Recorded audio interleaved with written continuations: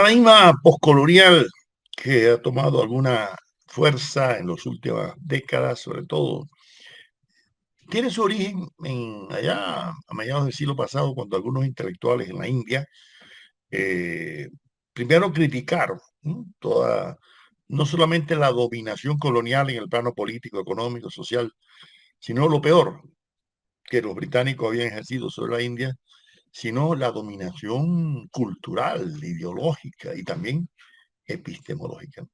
Y por eso todo un grupo de intelectuales comenzaron a elaborar, ¿no?, una serie de propuestas que le llamaron postcoloniales para enfrentarse, ¿no?, a ese eurocentrismo dominante tanto en la India como lo tenemos aquí, ¿no?, en América, ¿no? Y las tesis fundamentales de aquella postura original era considerar que el colonialismo había conformado, ¿no?, una serie de mentalidades adocenadas por un culto desmedido de la propuesta de racionalidad, ¿no?, elaboradas por la cultura occidental, ¿no?, desconociendo otros saberes de pueblos originarios, de pueblos marginales o periféricos, ¿no?, como es el caso no solamente de los saberes orientales, de la China, la India o del África, sino también de los pueblos indígenas, ¿no?, de América, ¿no? Ahora, esa postura inicial no se quedó en la India, lógicamente. Empezó a trascender, ¿no?, y a tener simpatizantes en otros contextos culturales, como el palestino Edward Said o el martiniqués Frantz Fanon, que fue muy clásico, sobre todo este último, por su libro Los Condenados de la Tierra, que hizo por su prólogo Jean-Paul Sartre, ¿no? Y influidos también por enfoques postestructuralistas y posmodernistas que se dieron por los años 60, 70, 80. Comenzó a hablarse de una especie de giro decolonial, ya no post, sino decolonial, ¿no?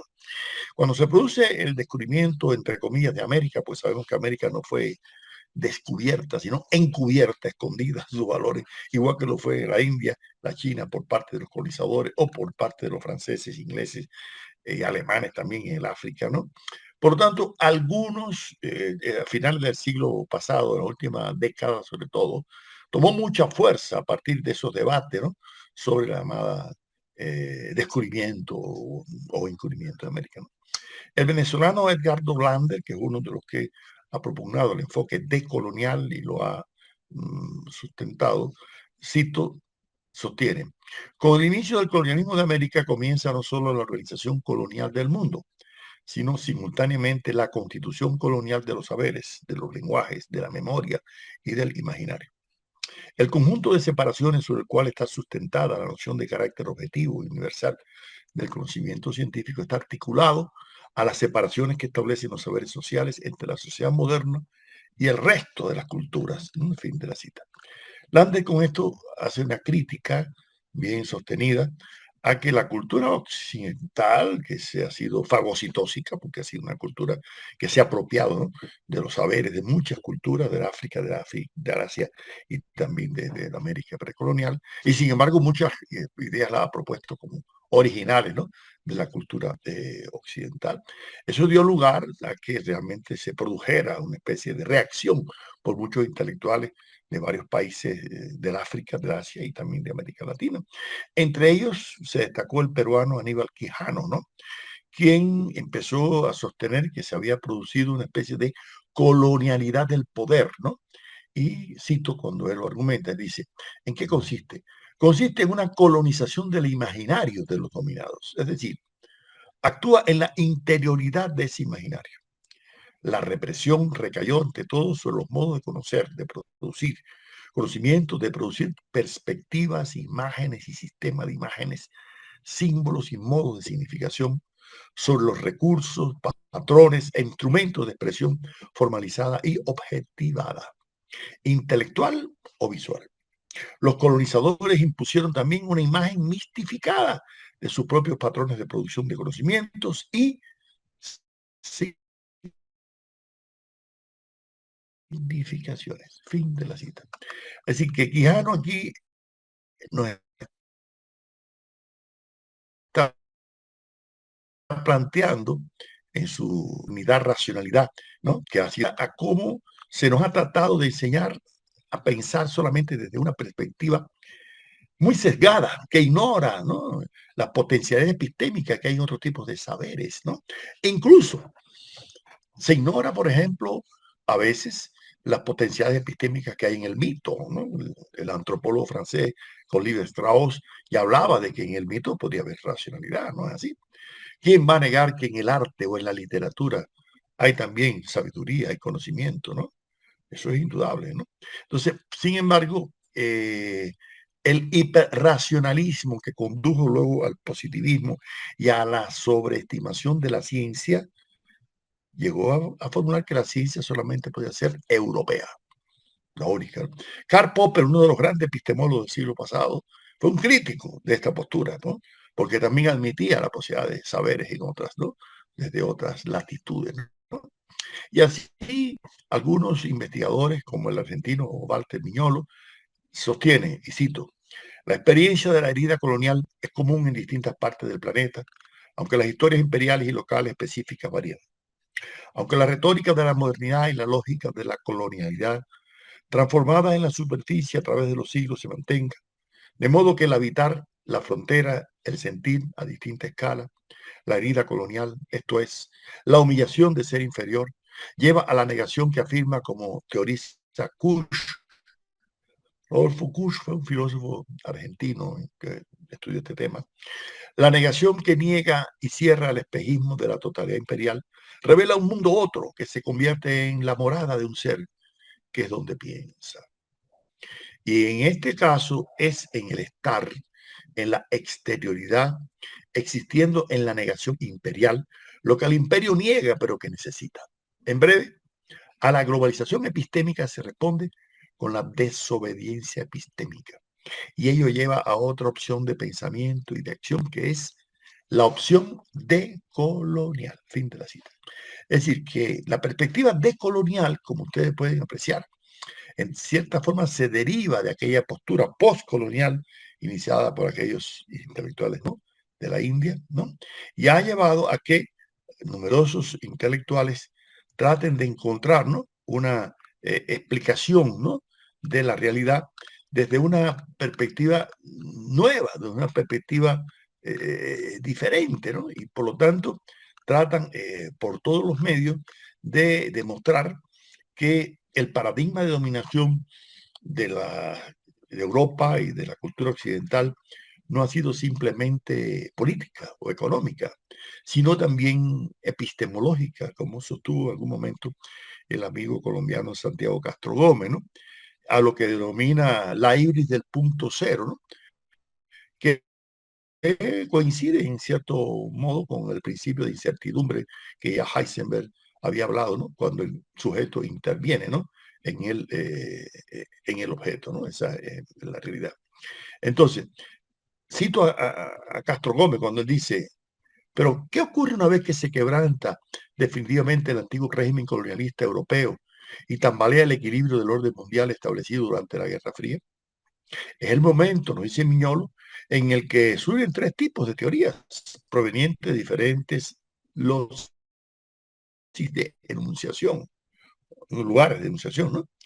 Que rebasan epistemológicamente los legados coloniales de la modernidad, la posmodernidad, el poscolonialismo y el posoccidentalismo. Mientras las teorías posmodernas expresan la crisis del proyecto moderno, el corazón mismo de Europa, Foucault, Lyotard, Derrida, y en los Estados Unidos, Jameson, las teorías postcoloniales, hace lo mismo, pero desde la perspectiva de las colonias que recién lograron su independencia después de la Segunda Guerra Mundial, como el caso de la India, con Guja, Bahaba, Spivak, y en el Medio Oriente con Said. Por supuesto, las teorías post-occidentales tienen su lugar natural en América Latina, pues con su ya larga tradición de fracasados proyectos modernizadores, común a estos tres tipos de construcción teórica, es su malestar frente al nuevo despliegue tecnológico de la globalización a partir de 1945 y su profundo escepticismo frente a lo que Habermas llama el proyecto inconcluso de la modernidad. Hasta ahí el fin de la cita. Bueno, en esta tesis podemos apreciar, ¿no? Que realmente él trata de demostrar la evolución, ¿no? Que tiene ese concepto de lo postcolonial a lo decolonial, ¿m? Aunque últimamente parece que ya no está totalmente identificado con estas posturas que sostuvo, ¿no? durante un tiempo, por eso sería otro tema. Ahora, no olvidemos que es cierto que en definitiva el discurso llamado decolonial está confluyendo, ¿no?, con posturas posmodernas. Y no olviden que el posmodernismo que hemos criticado en uno de nuestros libros, que ya está libre en internet, en este libro Humanismo, Marxismo y Posmodernidad, que pueden encontrar en nuestra página web. Este libro completo fue un libro del año 98 del siglo pasado. Hacemos una crítica al discurso posmodernista, ¿no?, en sus distintas variantes, de Lyotard, de Rita Bátimo, con el cual incluso tuve alguna amistad y con él debatimos bastante sobre el llamado pensamiento débil. Pero lo que sí nos parece muy crítico es la postura de Habermas, ¿no?, sobre el presunto proyecto inconcluso de la modernidad, ¿no?, o que la modernidad está pospuesta o postergada, como dice el amigo Rubén Jaramillo Vélez aquí en Colombia. Yo no creo que para América Latina haya una tal modernidad postergada. Siempre he coincidido más con la postura de Octavio Paz, ¿no?, de que América Latina participó del discurso de la modernidad, pero en ese festín recogiendo las migajas en el patio. O sea, no es que ahora hay que esperar que venga una nueva etapa de la modernidad. No, no, no, para América Latina ya ese momento pasó como pasó. Ahora que la modernidad tiene muchos elementos inconclusos, eso no cabe, ¿no?, la menor duda. Y que, en definitiva, el enfoque que plantea Castro resulta válido, sobre todo cuando hace un análisis de ese punto de partida que él plantea que debe existir, ¿no?, el llamado híbrido, ¿no? Cuando él dice, y cito, me refiero a una forma de conocimiento humano que eleva pretensiones de objetividad y cientificidad, partiendo del presupuesto de que el observador no forma parte del observado. Esta posición puede ser comparada con el pecado de la ibris, del cual hablaban los griegos, cuando los hombres querían con arrogancia elevarse al estatus de dioses. Ubicarse en el punto cero equivale a tener el poder de un deus abconditus, que puede ser sin ser visto. Se puede ver sin ser visto, es decir, que puede observar el mundo sin tener que dar cuenta a nadie, ni siquiera a sí mismo, de la legitimidad de tal observación. Equivale, por tanto, a instituir una visión del mundo reconocida como válida, universal, legítima y avalada por el Estado. Por ello, el punto cero es el comienzo epistemológico absoluto, pero también el del control económico y social sobre el mundo. Fin de la cita. Ahí yo creo que con razón Santiago está criticando, ¿no?, esa presunta objetividad que ha tenido, que se ha creído la cultura occidental, que se ha creído, ¿no?, el episteme eurocéntrico, ¿no?, como para valorar todo más allá del bien y el mal, por encima de la relación objeto y sujeto, como situándose en una postura, ¿no?, que no haya contaminación epistemológica, ¿no? Y yo creo que en ese caso coinciden Freya Schwimmy y Catherine Walsh, ¿no?, una norteamericana sentada en Ecuador, en la necesidad de indisciplinar las ciencias sociales. ¿Qué quiere decir? Que tratar de distanciarse, ¿no?, no solamente de otras epistemes que nos han influido durante, sino garantizar una mayor objetividad del conocimiento y sin tener que subalternizar el pensar, el conocimiento, ¿no?, sino a través de una integración, ¿no?, de distintos saberes que implica en cierta medida, pues, asumir, ¿no?, la postura, ¿no?, de otras posiciones y de otros análisis, ¿no?, de otros tipos de saberes, ¿no?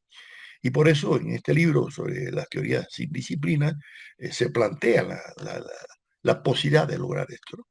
Yo creo que en definitiva el discurso postcolonial, que inicialmente se declaró crítica de de las propuestas epistemológicas y culturales que engendraron aquellos pensadores occidentales, a quienes se consideraban de un modo como los epígonos de las nuevas formas de dominación colonial y neocolonial, en definitiva tenían también, por supuesto, algo racistas, ¿no?, algo subestimadores, ¿no es así?, del discurso de otros pueblos, ¿no?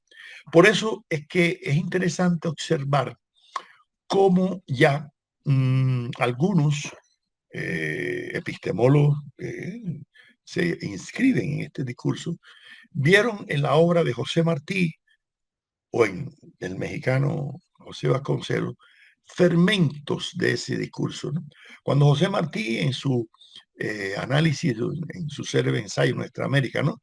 Y dice, insértese las repúblicas en el mundo por el tronco al ser de nuestra república, ¿no es así? Martí no subestima, ¿no? En ningún momento, cuando él dice los valores de la cultura occidental, ¿no? Cuando él dice que la historia de los incas acá ha de estudiarse al dedillo, aunque no se estudie suficientemente la de los arcontes de Grecia, porque nuestros arcontes no son más necesarios.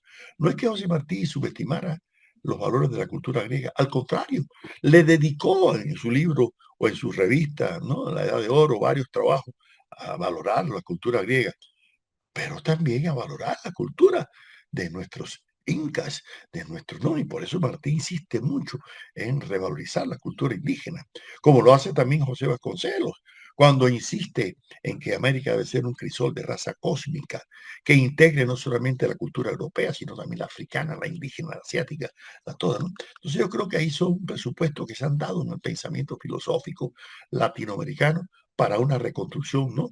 De un saber que no se reduzca, ¿no? A la cultura occidental. Incluso epistemólogos como Karl Popper y Boaventura de Sousa han criticado, ¿no?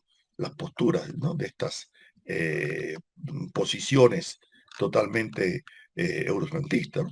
Boaventura de Sousa dice, y cito, que esa postura de los pensadores más recientes se caracteriza por considerar que, primero, la interpretación del mundo supera con mucho la interpretación occidental, que tomar en cuenta otras, ¿no?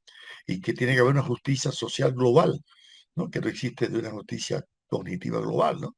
Y que las transformaciones emancipadoras en el mundo pueden seguir gramáticas y guiones distintos a los desarrollados por la teoría crítica occidental. O sea que Boaventura abre las posibilidades, ¿no?